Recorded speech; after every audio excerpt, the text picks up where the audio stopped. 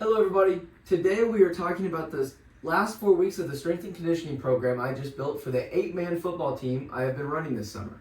Now, first we'll talk about the on the field things. So let's talk about things like skipping, hopping, jumping, and our sprints.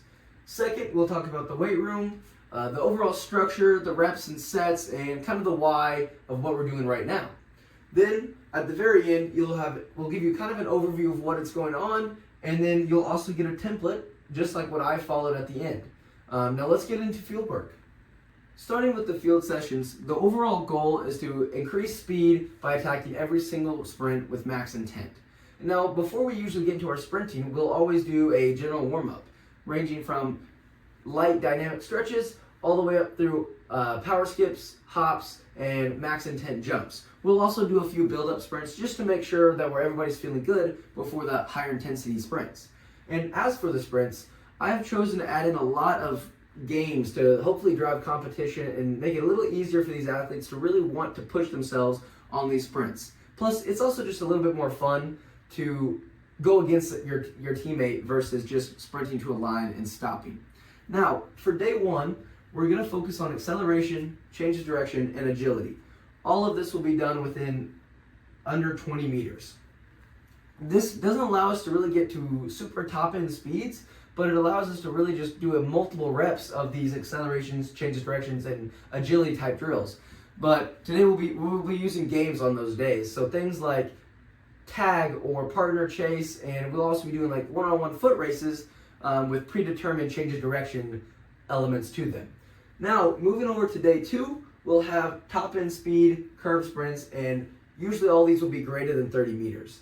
Most of the games that we'll be playing here will be one-on-one races, whether that's a long curve or just a one-on-one, just straight narrow shot. It doesn't really matter here, just trying to drive some competition out of it. We also may do some relays or something similar to that.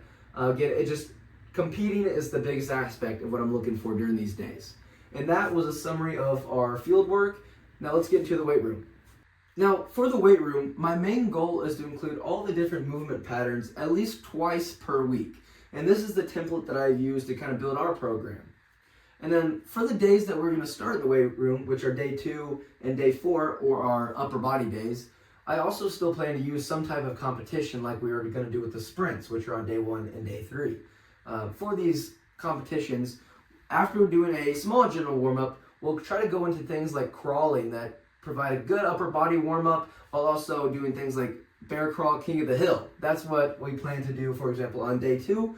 This will hopefully get a little competition and also, as a byproduct, be a little bit of contact prep for these guys, because soon they'll be playing through a pretty tough season with football, and you're getting a lot of contacts throughout the season to start now getting their bodies a little ready for that.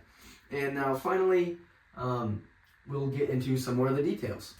As for the sets and reps, we're keeping it pretty simple. We have just finished 3 weeks of 8 reps, and we're now transitioning into sets of 5, and last week will be a set of 3 reps for our main movements. This is very similar to Jim Windler's 5-3-1, but instead we're doing 8-5-3.